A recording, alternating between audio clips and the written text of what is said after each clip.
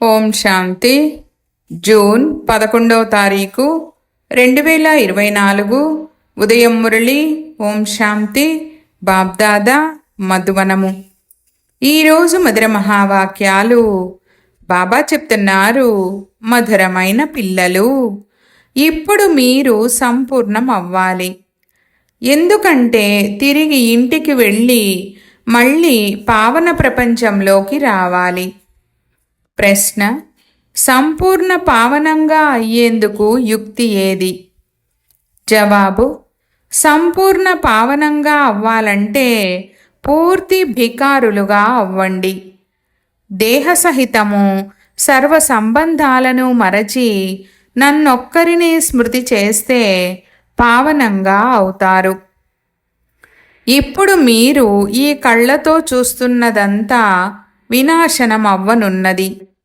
కావున ధనము, సంపద, వైభవాలు మొదలైన వాటన్నింటినీ మరచి భికారులుగా అవ్వండి. ఇలాంటి భికారులే రాకుమారులుగా అవుతారు. ఓం శాంతి. మధురాతి మధురమైన ఆత్మిక పిల్లలకు ఆత్మిక తండ్రి అర్థం చేయిస్తున్నారు. పిల్లలు, ప్రారంభంలో ఆత్మలంతా పవిత్రంగా ఉంటారని మీకు బాగా తెలుసు. మనమే పావనంగా ఉండేవారము. పతితము పావనము అని ఆత్మలకే చెప్పబడుతుంది, శరీరాలకు కాదు. ఆత్మ పావనంగా ఉంటే సుఖం ఉంటుంది. పావనంగా అయితే పావన ప్రపంచానికి అధికారులుగా అవుతామని బుద్ధికి తోస్తుంది. దీని కొరకే పురుషార్థము చేస్తారు. 5000 సంవత్సరాల క్రితము పావన ప్రపంచం ఉండేది. అందులో అర్ధకల్పము మీరు పావనంగా ఉండేవారు. పోతే అర్ధకల్పము మిగిలి ఉంటుంది. ఈ విషయాలు ఇతరులెవ్వరూ అర్థం చేసుకోలేరు. పతితము పావనము, సుఖము దుఃఖము, పగలు రాత్రి సగం సగం ఉంటాయని మీకు తెలుసు. ఎవరైతే చాలా భక్తి చేశారో వారే మంచి తెలివిగలవారుగా ఉంటారు. వారే వీటిని బాగా అర్థం చేసుకుంటారు. తండ్రి అర్థం చేయిస్తున్నారు, మధురమైన పిల్లలు, మీరు పావనంగా ఉండేవారు. నూతన ప్రపంచంలో కేవలం మీరు మాత్రమే ఉండేవారు. మిగిలిన వారంతా శాంతిధామంలో ఉండేవారు. మనము మొట్టమొదట పావనంగా ఉండేవారము. చాలా కొద్ది మంది మాత్రమే ఉండేవారము. ఆ తర్వాత నెంబర్ వారుగా మానవ సృష్టి వృద్ధి చెందుతుంది. ఇప్పుడు మధురమైన పిల్లలకు అర్థం చేయిస్తున్నది ఎవరు? తండ్రి. ఆత్మలకు తండ్రి అయిన పరమాత్మ అర్థం చేయిస్తున్నారు. దీనిని సంగమమని అంటారు. దీనినే కుంభమేళా అని కూడా అంటారు. మానవులు ఈ సంగమ యుగాన్ని మర్చిపోయారు. 4 యుగాలుంటాయని, 5వది ఈ చిన్న లీపు సంగమ యుగమని, దీని ఆయువు చిన్నదని బాబా అర్థం చేయించారు. నేను ఇతని చాలా జన్మల చివరి అంతిమ జన్మలో వానప్రస్థ స్థితిలో ప్రవేశిస్తానని తండ్రి అర్థం చేయించారు. పిల్లలకు దీనిపై చాలా గమనముంది కదా. తండ్రి ఇతని శరీరంలో ప్రవేశించారు. ఇతని బయోగ్రఫీ కూడా వినిపించారు. నేను ఆత్మలతోనే మాట్లాడతానని తండ్రి అంటున్నారు. ఆత్మ మరియు శరీరము రెండూ కలిసి పాత్ర చేస్తాయి. దీనిని జీవాత్మ అని అంటారు. పవిత్ర జీవాత్మ, అపవిత్ర జీవాత్మ అని అంటారు. సత్యయుగంలో చాలా కొద్ది మంది మాత్రమే దేవీ దేవతలుంటారని పిల్లలైన మీ బుద్ధిలో ఉంది. జీవాత్మలైన మనమే ఎవరైతే సత్యయుగంలో పావనంగా ఉండేవారమో మళ్ళీ 84 జన్మల తర్వాత పతితంగా అయ్యామని స్వయాన్ని గురించి కూడా తెలుసుకున్నారు. పతితుల నుండి పావనంగా, పావనము నుండి పతితంగా ఈ చక్రము తిరుగుతూనే ఉంటుంది. స్మృతి కూడా పతిత పావనుడైన ఆ తండ్రినే చేస్తారు. కావున ప్రతి 5000 సంవత్సరాల తర్వాత ఒక్కసారి మాత్రమే బాబా వస్తారు, స్వర్గస్థాపన చేస్తారు. భగవంతుడు ఒక్కరే. తప్పకుండా వారే పురాతన ప్రపంచాన్ని నూతనంగా చేస్తారు. మళ్ళీ కొత్త ప్రపంచాన్ని పాతదిగా ఎవరు చేస్తారు? రావణుడు. ఎందుకంటే రావణుడే దేహాభిమానులుగా చేస్తాడు. శత్రువును కాలుస్తారు, కానీ మిత్రుణ్ణి ఎవ్వరూ తగలబెట్టరు. అందరికీ మిత్రుడు ఒక్క తండ్రి మాత్రమే. వారే సర్వులకు సద్గతినిస్తారు. వారినే అందరూ స్మృతి చేస్తారు. ఎందుకంటే వారు అందరికీ సుఖమునిచ్చేవారు. కనుక దుఃఖమిచ్చేవారు కూడా ఎవరో తప్పకుండా ఉంటారు. దుఃఖమిచ్చేది పంచవికారాల రూపీ రావణుడు. అర్ధకల్పము రామరాజ్యం, అర్ధకల్పము రావణరాజ్యం. స్వస్తిక్ గుర్తు వేస్తారు కదా. ఇందులో 4 సమాన భాగాలు ఉంటాయని దీని అర్థాన్ని కూడా తండ్రి తెలుపుతారు. కొంచెం కూడా హెచ్చుతగ్గులు ఉండవు. ఈ డ్రామా చాలా ఖచ్చితమైనది. కొంతమంది ఈ డ్రామా చాలా దుఃఖకరమైనదని, దీని నుండి తొలగిపోవాలని అనుకుంటారు. దీనికి బదులు జ్యోతిలో జ్యోతిగా లీనమవ్వాలి, లేక బ్రహ్మలో లీనమైపోవాలని అనుకుంటారు. కానీ ఎవ్వరూ అలా వెళ్ళలేరు. రకరకాల ఆలోచనలను చేస్తుంటారు. భక్తి మార్గంలో విభిన్న ప్రకారాలుగా ప్రయత్నాలను చేస్తూ ఉంటారు. సన్యాసులు శరీరాన్ని వదిలితే స్వర్గానికి లేక వైకుంఠానికి వెళ్ళారని అనరు. ప్రవృత్తి మార్గంలోని వారైతే ఫలాని వారు స్వర్గస్థులయ్యారని అంటారు. ఆత్మలకు స్వర్గము గుర్తుంది కదా. మీకు అందరికంటే ఎక్కువగా గుర్తుంటుంది. పిల్లలైన మీకు రెండింటి చరిత్ర, భూగోళము గురించి పూర్తిగా తెలుసు. ఇతరులెవ్వరికీ తెలీదు. మీకు కూడా ఇంతకు ముందు తెలీదు.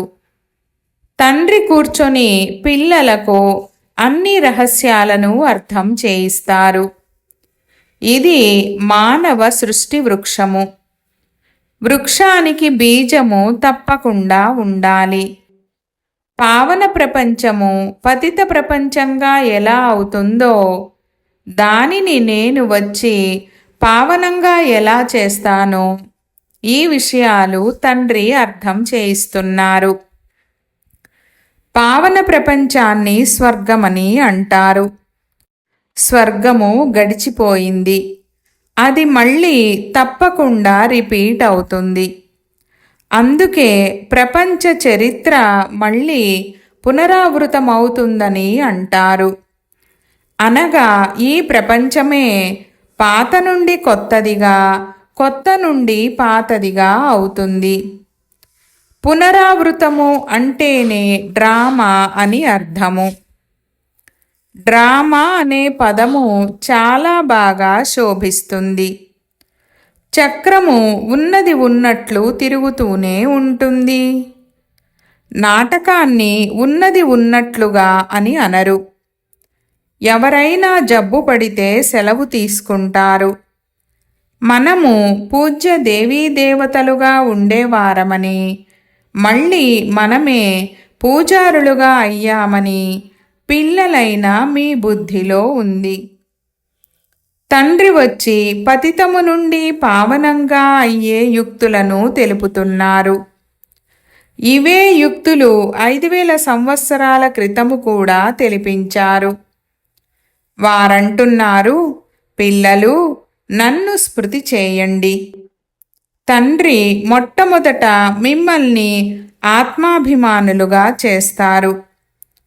మొట్టమొదటి పాఠము, పిల్లలు స్వయాన్ని ఆత్మగా భావించి తండ్రిని స్మృతి చేయండి.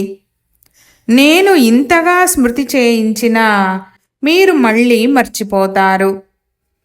డ్రామా అంతము వచ్చినంత వరకు మీరు మర్చిపోతూనే ఉంటారు.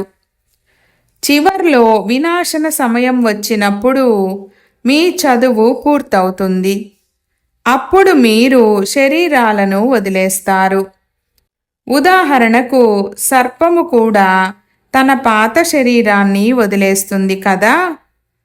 మీరు కూర్చున్నా, నడుస్తూ, తిరుగుతూ ఉన్నా ఆత్మాభిమానులై ఉండండి అని తండ్రి అర్థం చేయిస్తున్నారు. ఇంతకు ముందు మీకు దేహాభిమానము ఉండేది. ఇప్పుడు ఆత్మాభిమానులుగా అవ్వండి అని తండ్రి చెప్తున్నారు. దేహాభిమానము వలన మిమ్మల్ని పంచవికారాలు పట్టుకుంటాయి. ఆత్మాభిమానులుగా ఉంటే ఏ వికారము మిమ్మల్ని పట్టుకోదు. ఆత్మాభిమానులుగా అయ్యి తండ్రిని చాలా ప్రీతిగా స్మృతి చేయాలి. ఆత్మలకు తండ్రి అయిన పరమాత్మ ప్రేమ ఈ సంగమయుగంలోనే లభిస్తుంది. దీనిని కళ్యాణకారి సంగమయుగమని అంటారు. ఈ సమయంలోనే తండ్రి మరియు పిల్లలు కలుస్తారు. ఆత్మలైన మీరు కూడా శరీరంలో ఉన్నారు. తండ్రి కూడా శరీరంలో వచ్చి మీరందరూ ఆత్మలు అనే నిశ్చయం చేయిస్తారు. తండ్రి ఒక్కసారి మాత్రమే అందరినీ తిరిగి తీసుకువెళ్ళవలసినప్పుడు వస్తారు. వారు వాపస్ ఎలా తీసుకువెళ్తారో కూడా అర్థం చేయిస్తారు. మేమంతా పతితలము, మీరు పావనులు. మీరు వచ్చి మమ్మల్ని పావనంగా చేయమని అంటూనే ఉన్నారు. బాబా పావనంగా ఎలా చేస్తారో పిల్లలైనా మీకు తెలీదు. ఎంతవరకు పావనంగా తయారు చేయలేదో అంతవరకు ఎలా తెలుస్తుంది? ఆత్మ చిన్న నక్షత్రమని కూడా ఇప్పుడు మీకు తెలుసు. తండ్రి కూడా చిన్న నక్షత్రంగానే ఉన్నారు. కానీ వారు జ్ఞానసాగరులు, శాంతి సాగరులు. మిమ్మల్ని కూడా తన సమానంగా చేస్తారు. ఈ జ్ఞానమంతా పిల్లలైనా మీకు తెలుసు. మళ్ళీ మీరు ఈ జ్ఞానాన్ని అందరికీ తెలుపుతారు. సత్యయుగంలోకి వెళ్ళినప్పుడు ఈ జ్ఞానము ఎవరికైనా తెలిపిస్తారా? వినిపించరు. జ్ఞానసాగరులైన తండ్రి ఒక్కరు మాత్రమే. వారిప్పుడు మిమ్మల్ని చదివిస్తున్నారు. అందరికీ జీవిత చరిత్ర ఉంటుంది కదా. ఆ చరిత్రను తండ్రి వినిపిస్తూనే ఉంటారు. కానీ మీరు క్షణక్షణము మర్చిపోతున్నామని మీకు తెలుసు. మీరు మాయతో యుద్ధము చేస్తారు. మేము బాబాను స్మృతి చేస్తామని, కానీ మళ్ళీ మర్చిపోతామని మీరు అనుభవం చేస్తారు. తండ్రి చెప్తున్నారు, మాయనే మీ శత్రువు. అది మిమ్మల్ని మరపింపజేస్తుంది, అనగా తండ్రి నుండి విముఖము చేస్తుంది. కల్పములో ఒక్కసారి మాత్రమే పిల్లలైన మీరు సన్ముఖంలో ఉంటారు. తండ్రి ఒక్కసారి మాత్రమే వారసత్వాన్ని ఇస్తారు. ఆ తర్వాత తండ్రి సన్ముఖంలో వచ్చే అవసరమే లేదు.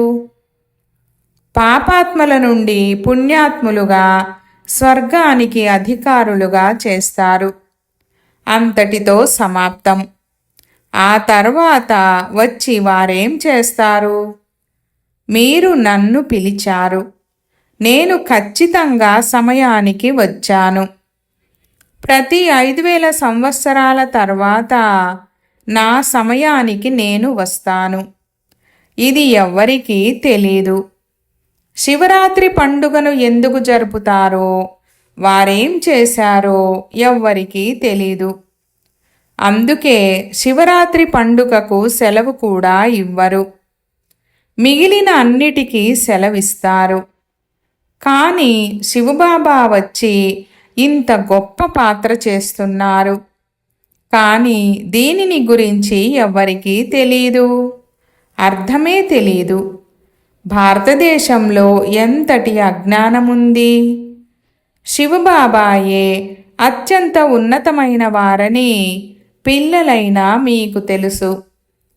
కనుక వారు మానవులను శ్రేష్టాతి శ్రేష్టంగా చేస్తారు.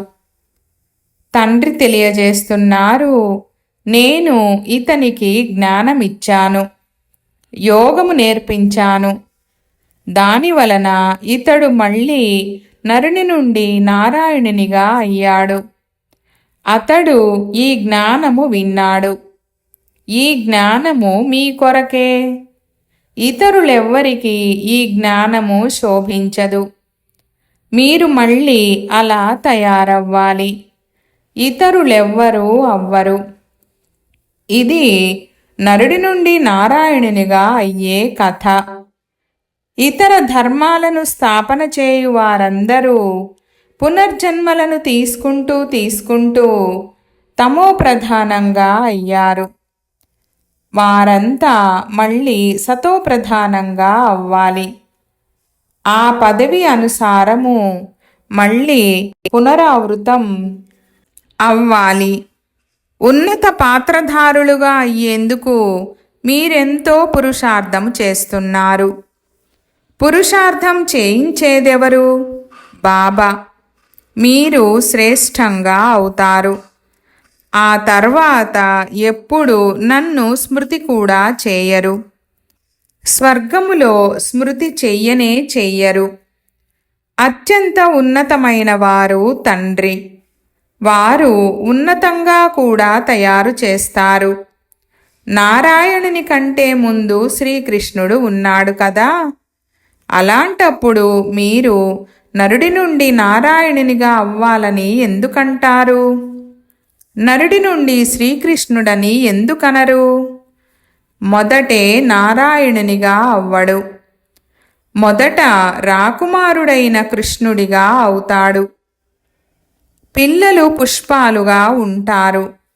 తరువాత వారు జంటగా అవుతారు. బ్రహ్మచారికే మహిమ ఉంటుంది.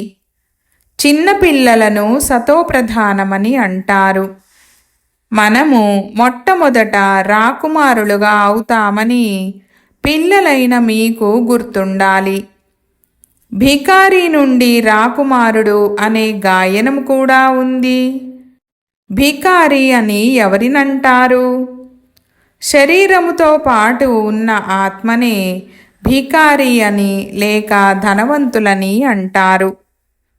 ఈ సమయంలో అందరూ భికారులుగా అవుతారని మీకు తెలుసు. అందరూ సమాప్తమైపోతారు. ఇప్పుడు మీరు శరీర సహితంగా భికారిగా అవ్వాలి. మీ వద్ద మిగిలినదంతా సమాప్తమైపోతుంది. ఆత్మ భికారిగా అవ్వాలి.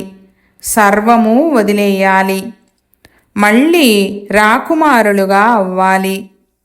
ధనము, సంపద మొదలైనవన్నీ వదిలి భికారులుగా అయ్యి మనము ఇంటికి వెళ్తామని మీకు తెలుసు.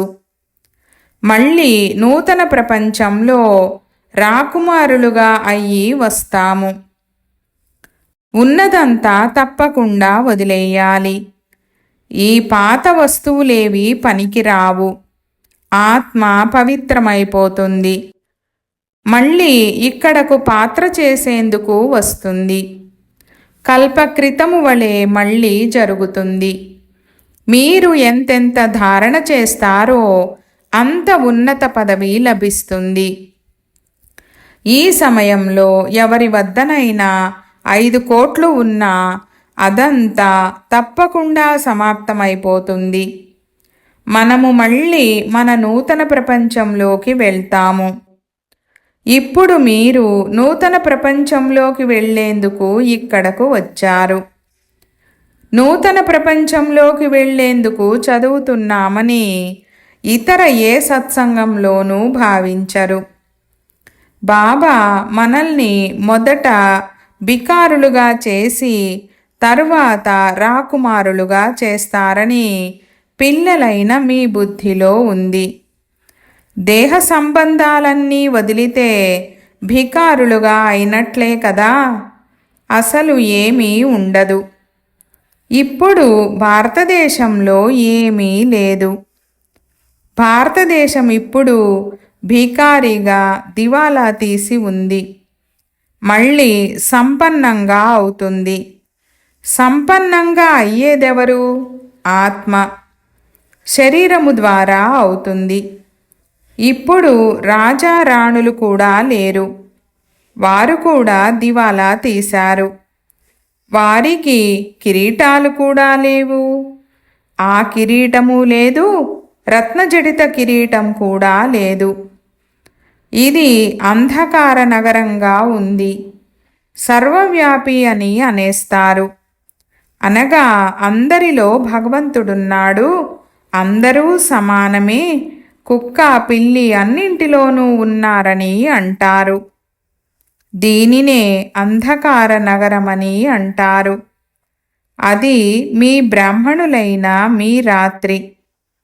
జ్ఞానమనే పగలు వస్తూ ఉందని ఇప్పుడు మీకు తెలుసు. సత్యయుగంలో అందరూ వెలిగే జ్యోతులుగా అవుతారు. ఇప్పుడు దీపాలు పూర్తి ప్రకాశహీనమై కొడిగట్టి ఉన్నాయి. భారతదేశంలోనే దీపాలు వెలిగించే ఆచారం ఉంది. ఇతరులెవ్వరూ దీపాన్ని వెలిగించరు. మీ జ్యోతి ఆరిపోతూ ఉంది. సతోప్రధాన విశ్వానికి అధికారులుగా ఉండేవారు.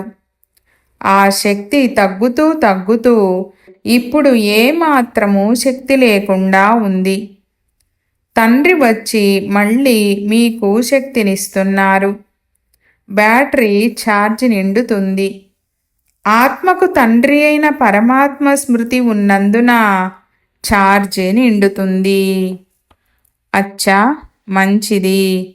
मीठे मीठे सिके लधे बच्चों प्रति मात पिता बाप दादा का याद प्यार और गुड मॉर्निंग।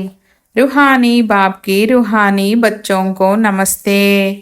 हम रूहानी बच्चों की रूहानी बाप दादा को याद प्यार, गुड मॉर्निंग और नमस्ते नमस्ते बाबा नमस्ते। धारण కొరకు ముఖ్య సారము 1వ పాయింట్. ఇప్పుడు నాటకం పూర్తి అవుతూ ఉంది. మనము తిరిగి వెళ్ళాలి. అందువలన ఆత్మను తండ్రి స్మృతి ద్వారా సతోప్రధానంగా పావనంగా తప్పకుండా చేయాలి. తండ్రి సమానంగా జ్ఞానసాగరులు, శాంతి సాగరులుగా ఇప్పుడే అవ్వాలి. 2వ పాయింట్. ఈ దేహ సహితము పూర్తి భికారిగా అయ్యేందుకు ఈ కళ్ళ ద్వారా చూస్తున్నదంతా సమాప్తమైపోతుందని బుద్ధిలో ఉండాలి. మనము భికారి నుండి రాకుమారునిగా అవ్వాలి. మన చదువే నూతన ప్రపంచం కొరకు. వరదానము. చమత్కారం చూపించేందుకు బదులు అవినాశి భాగ్యం యొక్క మెరిసిపోతున్న నక్షత్రాన్ని తయారు చేసే సిద్ధి స్వరూప భవ. వివరణ. ఈ సమయంలో అల్పకాలిక సిద్ధులను చూపించేవారు చివర్లో పైనుండి కిందికి వచ్చినందున సతోప్రధాన స్థితి అనుసారము పవిత్రత యొక్క ఫలస్వరూపంగా అల్పకాలిక చమత్కారాన్ని చూపిస్తారు. కానీ ఆ సిద్ధి సదాకాలానికి ఉండదు. ఎందుకంటే కొంత సమయంలోనే సతో రజో తమో 3 స్థితుల ద్వారా పాస్ అవుతారు. పవిత్రాత్మలైన మీరు సదా సిద్ధి స్వరూపులుగా ఉంటారు. చమత్కారం చూపించేందుకు బదులు ప్రకాశిస్తున్న జ్యోతిస్వరూపంగా తయారు చేయువారు. అవినాశి భాగ్యం యొక్క ప్రకాశ నక్షత్రాన్ని తయారు చేయువారు. అందువలన అందరూ సహాయం తీసుకునేందుకు మీ వద్దకే వస్తారు. స్లోగన్: బేహద్ వైరాగ్య వృత్తి యొక్క వాయుమండలం ఉంటే సహయోగులు సహజయోగులుగా అవుతారు. ఓం శాంతి.